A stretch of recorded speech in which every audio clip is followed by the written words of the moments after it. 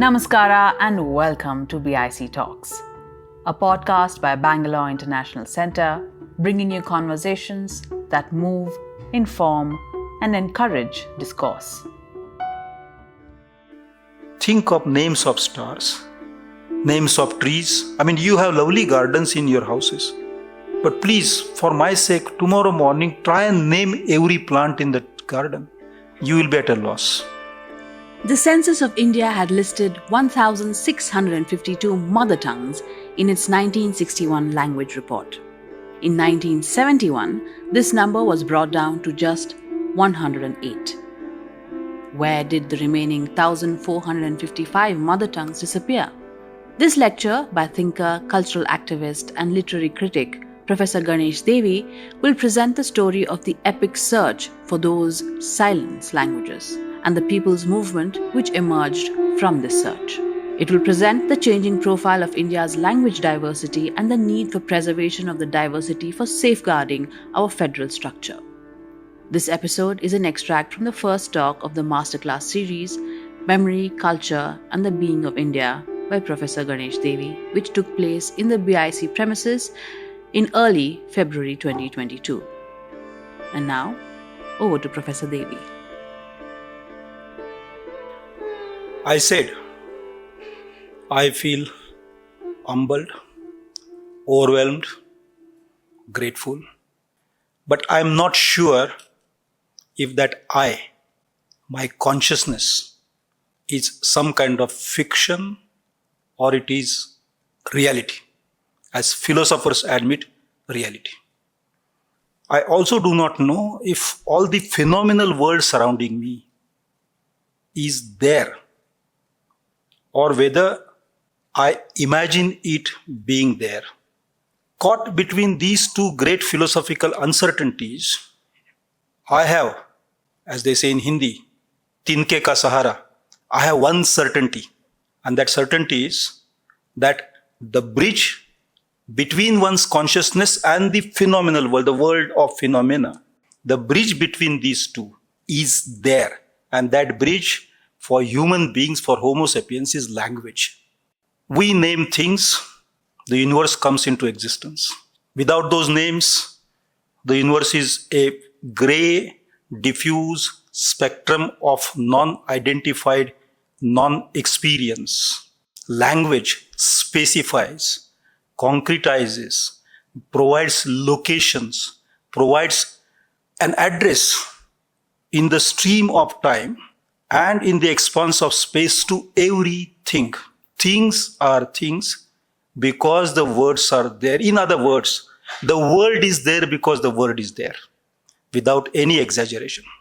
With this caveat, I go one step further. Our civilization, great civilization, probably it's a set of civilizations. Probably it is yet fully unborn civilization. A Russian astronaut has defined civilization as human existence in an interplanetary framework. So according to that definition of development and civilization, we yet have to enter civilization. But I'm not getting to that definition tonight. I will arrive there in the fourth lecture. But our great civilization has a unique character. In comparison to what has been the Egyptian civilization, the Mesopotamian, the European, think of any. And that peculiar quality of our civilization is ours is a linguistic civilization. What has the most commanded Indian mind in the past or even in the present? It is the word. And I'm not thinking of the pharaohs of Egyptians who had the ability to interpret God's word and therefore punish those who were found deaf to God's word. But I'm thinking of the creative genius of this entire civilization. I do not think the boundaries which have come and gone have mattered to India. Our maps have changed so often. So our civilization cannot be mapped with maps. Powers have come and gone. Kings have come, disappeared. But those who exercise words, the poets, the speakers, the thinkers, they commanded our memory. What keeps all Indians together is not a piece of land or a single religion or single ethnicity, but the ability to remain amidst many languages without feeling uncomfortable. Travel in a London bus or a tube and notice the expression on the face of an English British when she or he hears language and words in another language. Think of a Delhi or a Calcutta or a Bangalore bus rider or train rider and imagine the expression on one's face when one hears different languages. There is a vast difference. We are primarily a linguistic civilization. This is my second caveat. Now, within the framework of this, language being a bridge between the consciousness and the phenomenal reality, and language being the foundation of the civilization, and I'm not thinking of a language, but language with L capital, languages. With these two caveats, let me take one step forward in what I want to put across to you this evening. When did humans start speaking? That question has been answered variously. The most liberal answer is that 70,000 years ago, when Homo sapiens moved out of Africa, started moving out of Africa, the Homo sapiens that genetics calls modern man. For genetics, human genetics, that is modern man. 70,000 years ago, humans moved out of Africa and spread over all continents. The numbers were not large, but the numbers were significant. Significant enough to make a speech community. Those humans had the gift of language, that is exchange of signs, which are capable of becoming semantic symbols. These Homo sapiens are known to have arrived in the subcontinent, South Asia, at least 65,000 years before our time. All the ancient skeletons assess by, with help of genetics, tell us that story. All the stone tools that are lying around everywhere tell that story. But I'll not get into that story now. I'll do that maybe in the third lecture. But even going by a rather stringent assessment, we have been speaking in this subcontinent languages, numerous languages, at least from the time of the Holocene. Now, Holocene is a way of assessing the environmental age, and that is dated at maybe 9,600 years before Christ.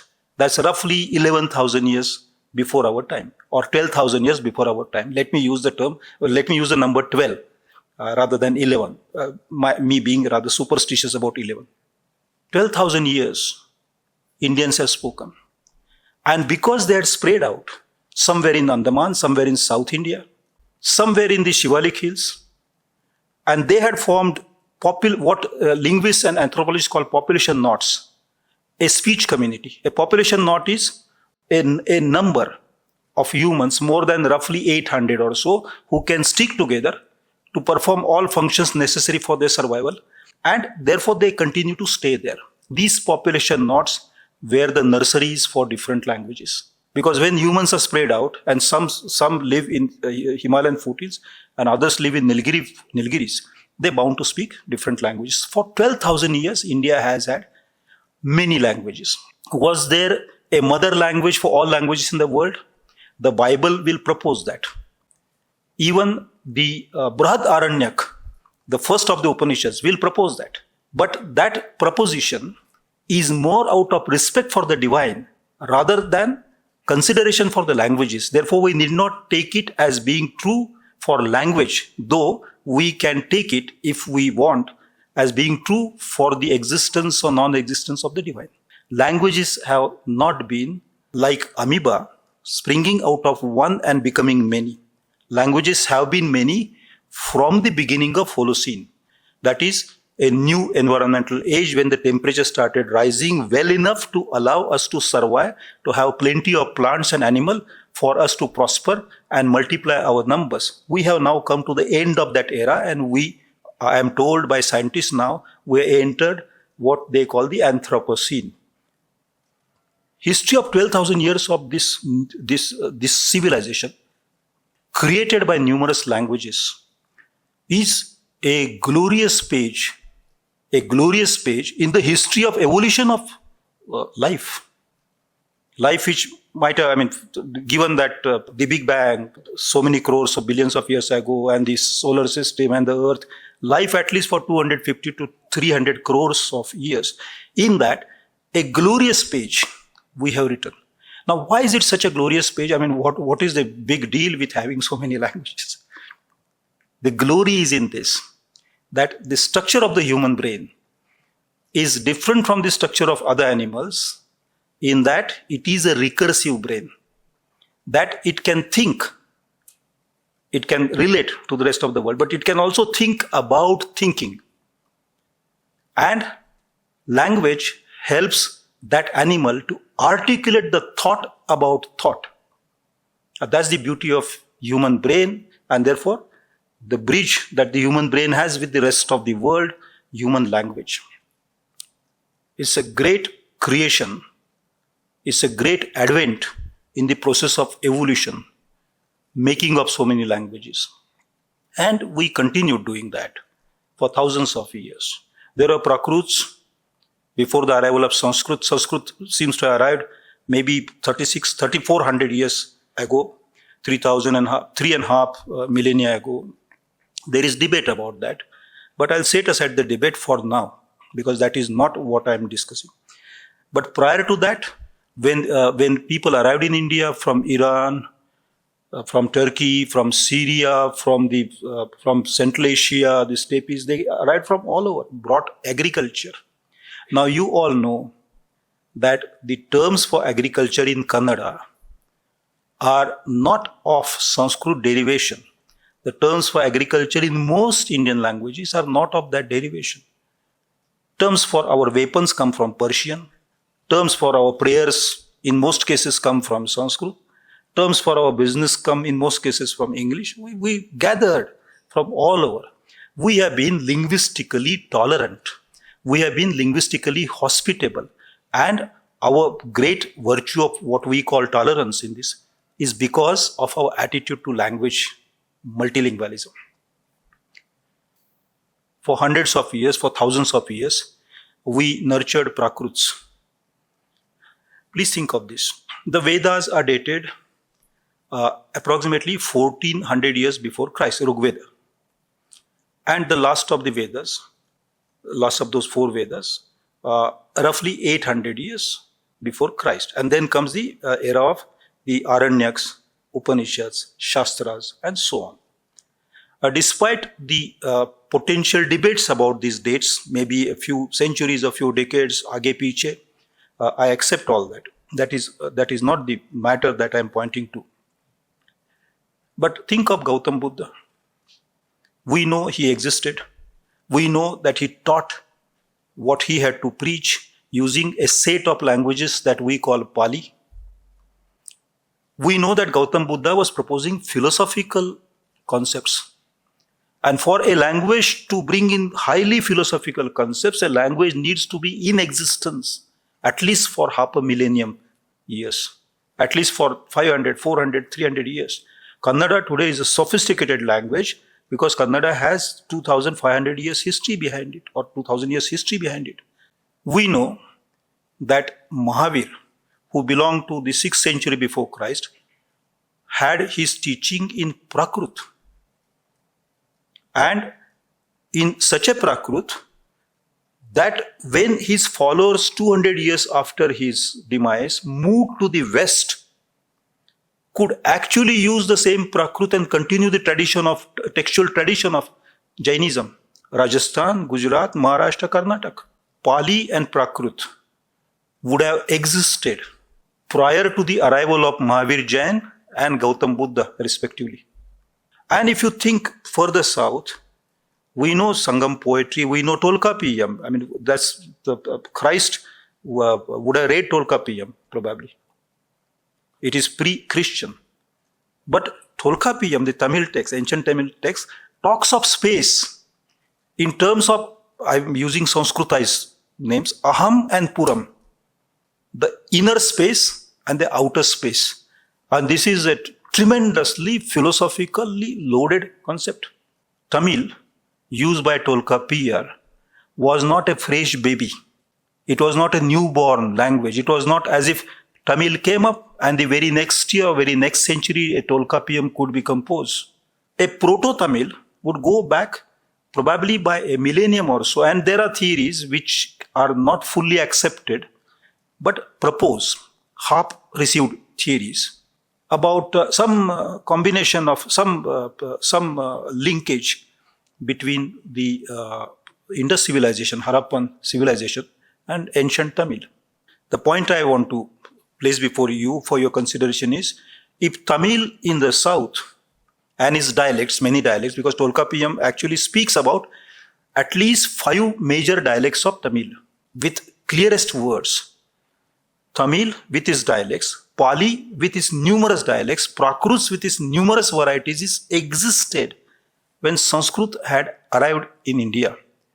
That is, if we were to go back to 2nd millennium before Christ, India has numerous languages which have become mature for agriculture, for nomadic life, for pastoralism, and for poetry and philosophy.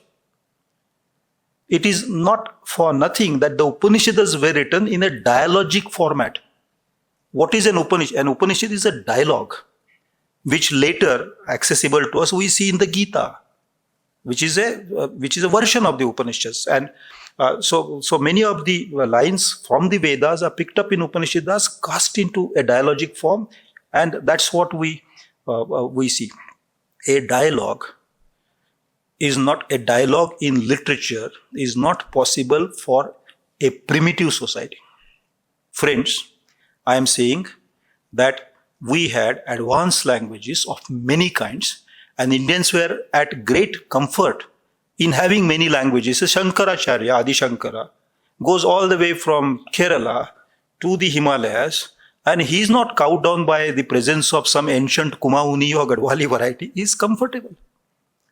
A Matanga who wrote Brihadeshi, who laid the foundation for music, Srungardev and Matanga are the founders of music in India.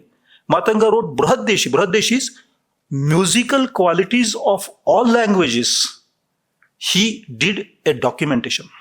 Brihadeshi. Brihat is all, compendium of all the desis. And he's talking of musical attributes of a language, which is a highly sophisticated linguistic analysis.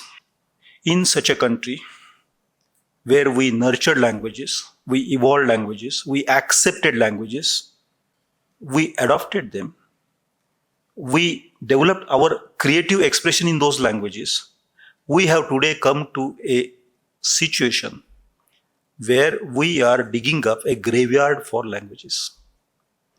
In other words, if our civilization is a linguistic civilization, we are bringing our civilization to a point of extinction. Sharp words, harsh words. But I must articulate these words tonight before you. The Greeks came here, and a Greek man marries an Indian woman. Their child becomes one of the greatest playwrights of our country of all time. Mruchakatikam. Written by a man whose name includes the word for horse brought by the Greeks, Ashwa Ghosha. A Kalidasa accepts a Latinate convention when his Dushyanta gives a ring, not a Mangala Sutra, ring to his Shakuntala. We accepted Yavanika, Parasika, what we call Barbarica, but not Barbarica of the Latin sense of barbarian languages, but African languages. We continued this merry-making of that. We've been making this, merry with so many languages. Our merry-making with so many languages continues till English arrived here. And that was quite a comical moment in our history. The British landed in Surat, and their Captain Cook, or whatever his name is, the first leader of the East India Company. In Surat, even today, people cannot speak English. Very little English they know. 400, 500 years ago, in the year 1600, 500 years ago, they did not have any English. Captain Cook hired a Portuguese to translate what he was speaking in English. the Portuguese man, also knew Armenian. So from English to Portuguese, then from Portuguese to Armenian. The Armenians knew Persian, and from Persian to Gujarati. You know why the East India Company took 17 years for getting the license for trade in this country? Not because the ease of doing business was not known to them. There was no unease in doing business in those times. So one did not have to create ease of business. But because of this linguistic difficulty, and yet, though there was none in this country who understood English, in 200 years' time, Indians were ready to write in English, speak in English, and Rajaram Mohan Rai went all the way to London to tell the lords in the Lord's house to give English education to us, not because he was a Deshadrohi, but because he loved his civilization, which loves languages. Please think of this. Portuguese, when they were in Goa, we know. But let me share this with you. When I was doing this survey, linguistic survey, I came across in Maharashtra a set of small villages where the education level is probably high school. The best is high school. The worst is no school. And those people speak Portuguese. They today do not know that the language they speak is Portuguese. But they speak Portuguese. And this has become a great favorite subject for linguists to study. How come completely illiterate villagers in India speak Portuguese? When I was doing this survey, I came across in Ahmedabad a family which claimed to me in no uncertain words that their mother tongue was Japanese. Citizens, Indian. I said, show your Aadhaar card. 4 children and parents have Aadhaar cards. The mother tongue is Japanese.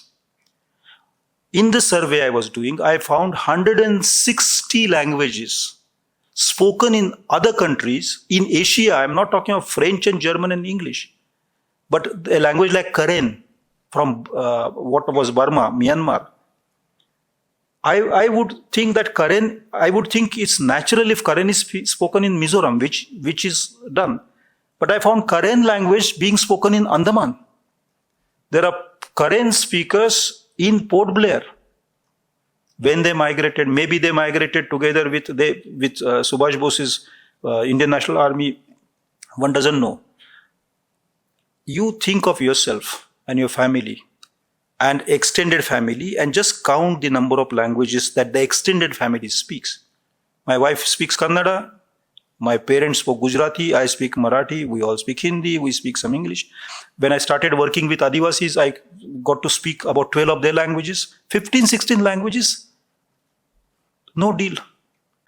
Vishwanath, a 14th century poet, wrote a poem after Asaf Khan died. Asaf Khan was a great satrap representing the empire, Mughal empire. Vishwanath wrote this poem in 16 languages. Single poem has 16 languages. Asafa Vilas, that is the title of after printing came to India, a beginning of our road to the graveyard of languages was made. Languages that got printing in them prospered. Great literature was created in those languages. And I'm happy, I'm glad that it happened. But printing came to India and was spread sporadically. The first government printing press was in Calcutta, St. Fort William. Laluji Lal was the officer appointed by the East India Company. He created printing in 6 languages. Bangla was obviously there, but one of the 6 languages he decided to call Hindi. And there was no Hindi at that time. He was to print textbooks for the young ICS of Indian civil servants who came to India at the age of 23, 24 from SOAS, London. They came here and started working, and for their benefit, he was creating simple textbooks. He printed a Hindi book. Prior to that, the languages that we today know as Hindi were either Bhojpuri or Khadi Boli or so many different varieties.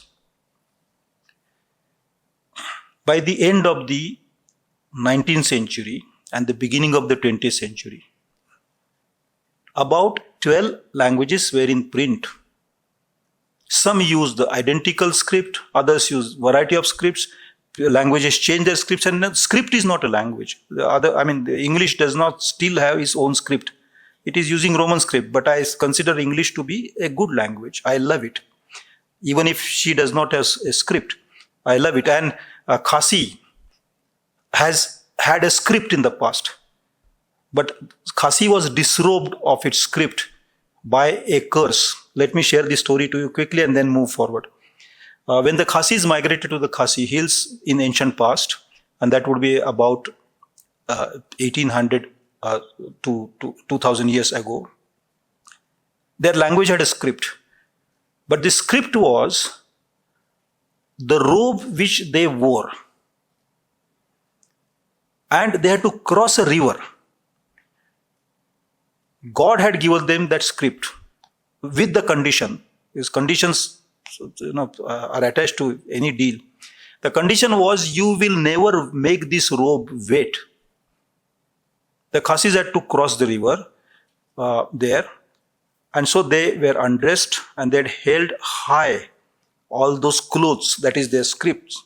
But some water drops got sprinkled, and then their script disappeared.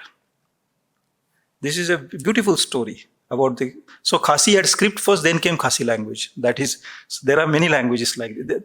We have amazing variety of these languages. I can go on telling you for 8 days continuously till Bangalore International Center actually, decides to shoot me. We have a sign language in India. And it's not the sign language which deaf and dumb, people who cannot speak and cannot hear use. We have 8 such languages. We have 8 of those sign languages in the country. And I had done documentation of all of those. But we have another sign language which is used by the Gondolese. Now these Gondolese have a script which is written in thin air with no surface at all. One Gondolese stands at one point and says, you whisper in my ears any sentence in any language. Not the language that he knows, but it could be a language not known to him. So once I was with these Gondolese, and Rumila Thapar was there with us, and she said, I don't believe what you tell. This is a pure bluff. There must be some trick. So I said, no, let's speak a French sentence in the ears of this man. And there's another man at a distance where the man cannot hear what is spoken. But this man does, some movement of hands, and the other man reads that movements of hands.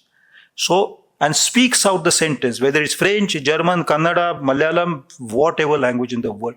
So this is transliteration of every sound by writing in air. I thought this was the ultimate, but this is not the ultimate. Where I worked with the Adivasis, there is a painting tradition. And that painting, it is done on a very large wall. Nearly, probably Vinod Raj has seen that in Tejgarh, 15 to 20 feet in length and about 10 feet in height, 200 square feet. In that, they write their entire history through pictures. And these are not pictographs. These are not hieroglyphs. This is a narrative of a different order altogether. I will not drag you into that. That is at the moment the ultimate. But we have people who write in paintings, people who write in symbols, people who write without symbols or any visuals, all kinds of. These many languages got orphaned after printing came to India, and when India decided to organize the states in 1955, the idea of reorganization of linguistic organization, reorganization of states, a commission was appointed. A beginning was made in 1920s when in the Congress a resolution was passed to have as many languages as possible protected by a free India's constitution. In the Constituent Assembly 1946 to 1950, 1949, a lot of debate took place as to which language is to be national language, and all of them, wise men and women, came to the conclusion that India shall not have a national language because India is in essence a multilingual nation. And that's why I said India is a language civilization, not a nation civilization, not a people civilization, not a purpose civilization. It's a language civilization. in the 8th schedule of the Constitution. And why a list is made? And why is it in the schedule of the Constitution? The answer is very simple. All the debates in the Constituent Assembly that came to a conclusion became articles of the Constitution. All those debates which remained unfinished got into the schedules of the Constitution. For instance, the powers of governor in tribal area, no resolution, put him in 5th schedule. What happens to autonomous law of the northeastern states, put that in the 6th schedule. What happens to the language issue in India, put that in the 8th schedule. 14 languages were put in the 8th schedule. All of them were available in print. That was made the minimum qualification for getting into the 8th schedule. At that time, in 1950, when the Constitution was, 1949 November, we the people give to ourselves this Constitution of India, hereby adopt and not. What was the language population? What number of languages existed in India? Prior to 1949, some 60 years ago, an Irishman had started a count. His name was George Abraham Grierson.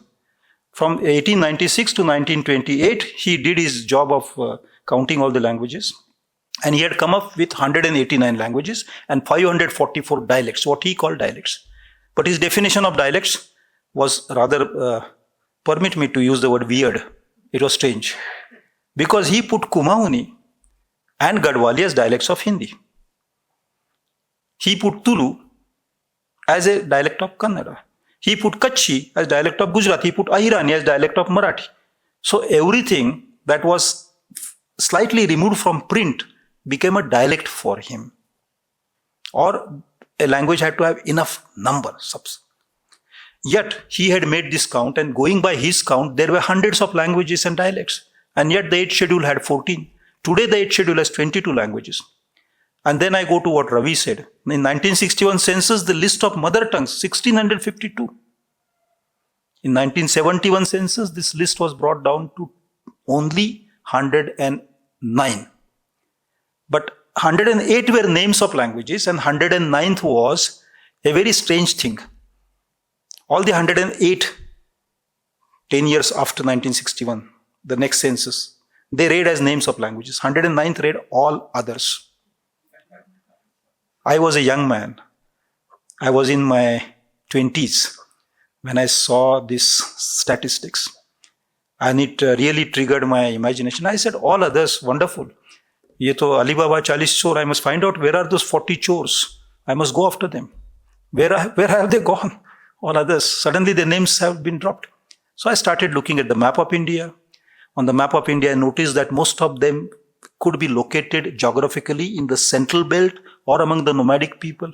For instance, Hakki-Pikki speak, we know this here. Hakki-Pikki people speak a language of their own. But it's not there in the 1971 census. It pained me. It pained me that hundreds of languages are being concealed. And so I started an exercise with the help of a team of 3,000. We worked, and we really worked. We really worked. I am very proud of this country that I could find hard-working, honest 3,000 persons who worked without expecting a rupee in return for the love of languages. And I am convinced that India is a linguistic civilization because of that. And we identified 780 languages. The census has changed its style. In the last census, they have given a list of 1,381 or 82 mother tongues again. But 1961, the census has 1,652. In 2011 census has 1,380. Do a subtraction and see how 250 of 240 languages died in the last 60 years. They're dead. Which are these languages dying? Nihali in Buldhana district in Maharashtra is spoken in 3 talukas. Nihali has a history of at least 30,000 years. It is the kind of language that people, some of you might have been to Bhimbetka in Madhya Pradesh. The people who painted those caves spoke Nihali is the kind of language that those people spoke, because Nihali has no linguist in the world has been able to identify Nihali as part of any existing family of languages. Neither Indo-Aryan, not Tibeto-Burman, not Dravidic, not Austric languages. It's an isolate, non-classifiable, because it is old. And Nihali is not the only such language in the country. There are other languages with histories of 8,000 years, 5,000 years, 3,000 years, 500 years, whatever, but they are our languages. We have been digging up a graveyard for these languages, because the estimate of UNESCO and estimate of my team that has assessed how far languages will survive, the assessment and the estimate tell us that at least 70% of the languages that are there will go in the next 30 years. The remaining 30% will be there, may get some official patronage. But even in those languages, mighty languages, such as Kannada, Marathi, Tamil, Telugu, there is an erosion of words and the semantic load that the words carried in the past. And this is not happening only to Kannada and Tamil and Telugu. It is happening to English as well. Today, world over, more people speak English, but they speak less English than people spoke maybe 100 or 80 years ago. All of us know, there are quaint words. The other day, a friend of mine wanted to create a truth army, activist group. I said, why don't you use the word truth instead of truth? Because truth is exact opposite of troll. My friend said, but truth is not an English word. Probably it's a German word. English words appear like foreign words to English speakers. Kannada, I was speaking about Kshitija to a group of youngsters. And they said, sir, what is Kshitija? I said, damn it. I did not say damn it. But I was really shocked. I said, horizon, Kshitij. They did not know that word. Think of names of stars, names of trees. You have lovely gardens in your houses. But please, for my sake, tomorrow morning, try and name every plant in the garden. You will be at a loss. Birds, trees, animals, stars, months, spaces, colors, we're losing words. In Marathi, there used to be a color called English color. English color. My parents would not allow me to buy clothes of English color. Kirmizi is a name of a color. In names of fish, in Gujarat, coastal area, at least 350 names of fish in traditionally Kharwa language. Gujarati does not have those words. In any case, Gujaratis, specialize in imposing vegetarian diet on everybody. But that's not the fault of fish. We're losing our word because we're losing our word. When a language dies, a worldview dies. When a language dies, a way of measuring space and time disappears. When a language dies, the lineage and the heritage of long-standing of a community disappears. When a language dies, particularly with the nomadic people and tribals, their identity dies.